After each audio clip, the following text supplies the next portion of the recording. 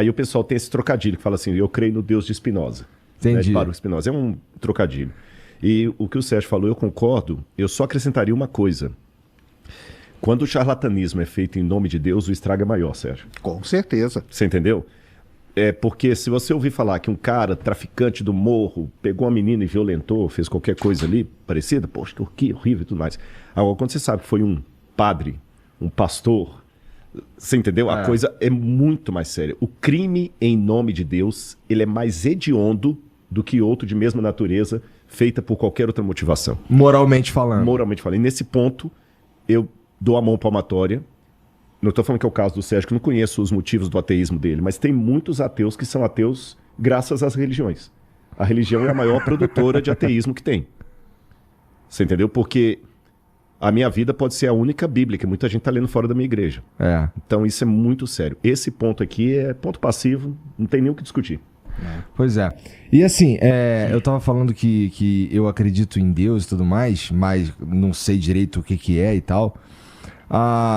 Eu queria entender de tu, Sérgio, principalmente, que esse lance de ser ateu é uma decisão baseada em observação. Ó, se surgisse alguma coisa assim que, porra, a explicação fosse a existência de Deus, tu muda de opinião?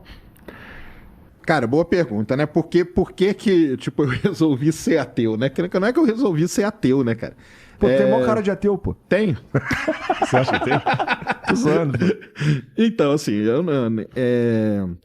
eu desde lá de 85, 86, quando eu comecei a estudar mesmo, principalmente essa parte aí de astronomia e tal, né? É uma coisa que a gente se liga muito, né, ao universo de alguma forma, e você começa a estudar, então, o nascimento do universo, como que a vida surgiu e tal, que é uma coisa que ainda a gente não sabe. A gente não sabe hoje direito nem como que a água surgiu na Terra, cara. Tem, assim, dezenas de explicações e todas elas têm falhas, todas elas concordam.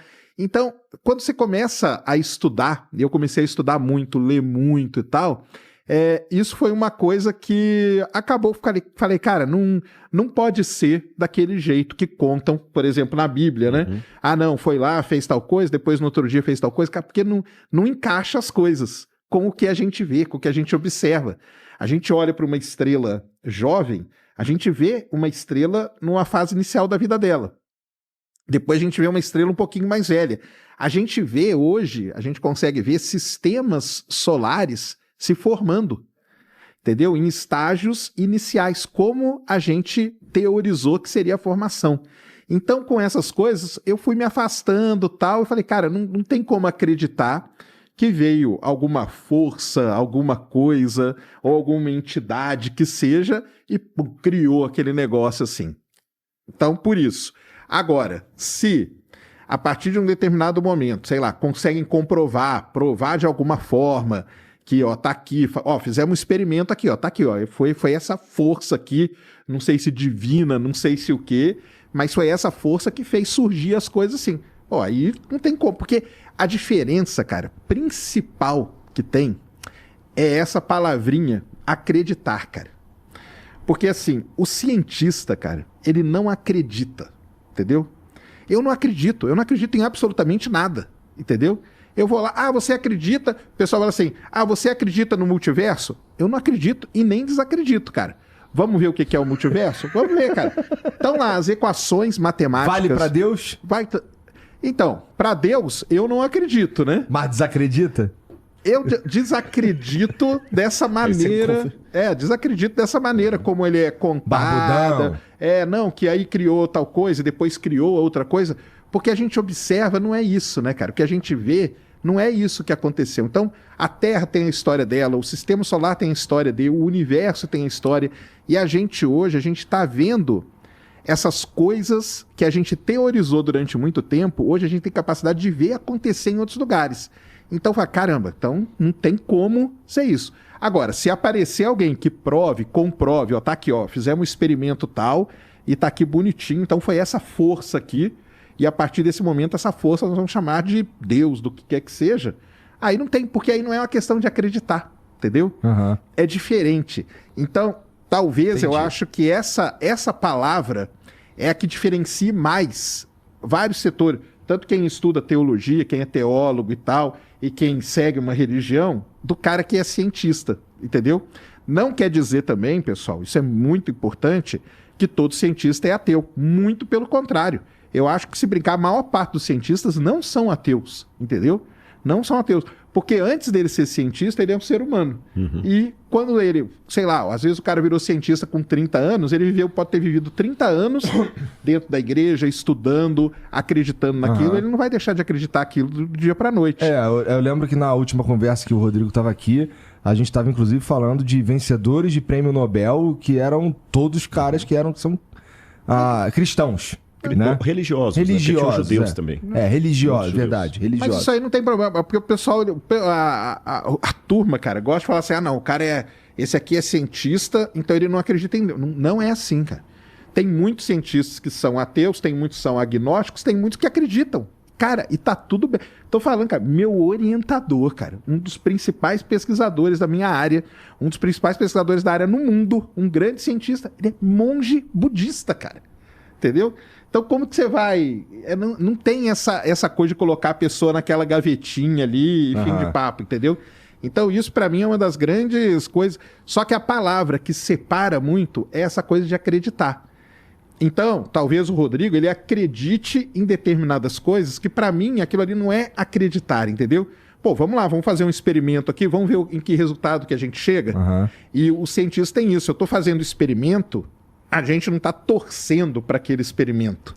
A gente faz ele de acordo com toda a metodologia científica e vê o resultado. Bom, esse e é o ideal, né? O ideal é esse aí que você está falando, que é eu não ligo porque vai sair no resultado. Exato. Porque muitas vezes, porque cara, se você ligar, errado, você consegue. Mas aí o cara está colocando um viés. Exato. Aí colocou o viés, aí ferrou todo o experimento. Isso entendeu? eu aprendi contigo, inclusive. Porque colocou o viés, acabou. O lance do cientista, que ele tem que ter, aí lógico, né? Ele vai ganhando essa maturidade ao longo do tempo, é você entender que às vezes um resultado errado é um resultado importante pra caramba. Eu não cheguei naquele resultado que eu esperava chegar. Mas olha só o que eu cheguei aqui, e aquilo cria outras várias perguntas que podem ajudar, entendeu? O erro de Einstein. O erro do Einstein, por exemplo, eu posso até falar disso aí, que aliás, o Einstein, cara, foi um cara que duvidou de várias coisas que ele foi fazendo e só foram ser comprovadas 100 anos depois, cara. 100 anos depois, entendeu? Então, eu acho que essa palavrinha acreditar é que ela acaba. Porque muita gente fala assim, o cientista acredita que o Big Bang é o início do... Cara, eu nunca vi um cientista falar que acredita que é aquilo lá, cara. Nenhum, entendeu? Não tem nenhum que acredita. O que a gente vai é atrás de evidências para tentar encaixar nos modelos que a gente tem. É uma coisa um pouco diferente. Ô, Rodrigão, o que ele falou sobre a gente observa e a gente chega a essas conclusões, não sei o que e tal. Pô, a tua área é basicamente procurar coisa pra tu poder observar também. Exatamente. Né? Só que embaixo da terra. Pô, se bem que o Sérgio... Eu tava até falando pra ele. Ele é geólogo, né? Uma coisa que muita gente fala que eu sou astrônomo, cara, eu não sou astrônomo, viu, galera? Eu acho que é por causa do podcast. Não, é porque o tesão dele é essa porra. Tanto é que a canequinha lá foi da NASA e não da Petrobras, né? Exatamente. Mas, pô, você também observa várias coisas. E é interessante como existem... vocês estavam reclamando, inclusive, da última vez, me corrija se eu estiver errado, tá?